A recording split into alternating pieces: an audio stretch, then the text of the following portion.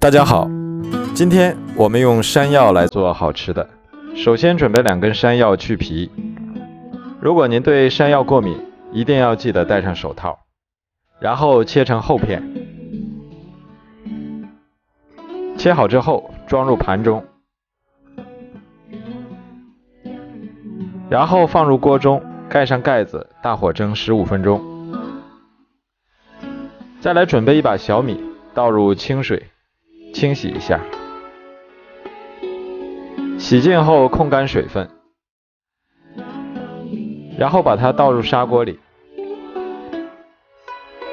再加入提前泡好的桃胶、雪燕、皂角米，然后倒入一锅清水，大火烧开之后转小火先煮15分钟。这个时候我们的山药已经蒸熟了，把它取出来，倒入稍微大一点的碗中，然后把它压成山药泥，像这样没有山药颗粒就可以了。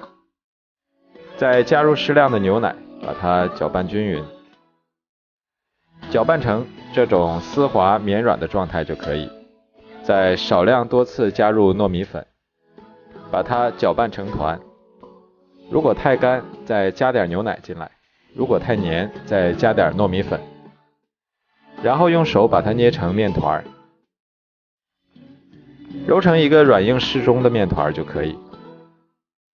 再取出一团来，把它揉成圆溜溜的小丸子，像这样就可以了。面板上撒一点干的糯米粉，把丸子全部做好备用。我们的小米粥已经煮好了，加入几块老红糖，再把做好的山药丸子也加进来，再加入红枣、桂圆、枸杞，搅拌一下，防止糊锅底。中火再煮5分钟左右，煮至丸子全部飘上来，再煮3分钟就熟了。我们的美容养颜丸子汤就做好了。山药营养丰富，能够调理肠胃，帮助消化。红枣健脾养胃，都知道女人一定要多吃红枣。桃胶、雪燕、皂角米，满满的胶原蛋白，喝上一碗，从头暖到脚。秋裤都可以少穿2条，做法也不难。如果你喜欢，也来试试吧。喜欢我的视频就关注我吧，谢谢您的支持。